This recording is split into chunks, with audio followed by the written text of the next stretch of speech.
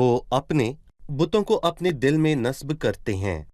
दिल मोहब्बत और जज्बात का महवर है। वो शहवत परस्ती है। उन्हें नापाकी से मोहब्बत है, बुत परस्ती से मोहब्बत है। और वो ना सिर्फ इन चीजों से मोहब्बत करते हैं, बल्कि वो कहता है कि वो अपनी ठोकर खाने वाली बदकारी को अपने सामने रखते हैं और वो मजीद शर्मिंदा नहीं हैं, बल्कि उन्हें उस पर फख्र है। इसे हमें मुकाशफा की एक बात याद आती है।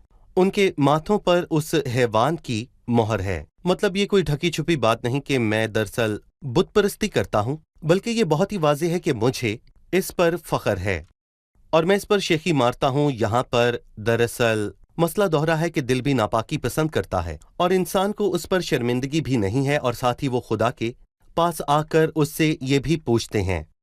इसके बावजूद हम ज़बूर 66 में ये पढ़ते हैं कि अगर मैं बदी को अपने दिल में रखता तो खुदा मेरी ना सुनता।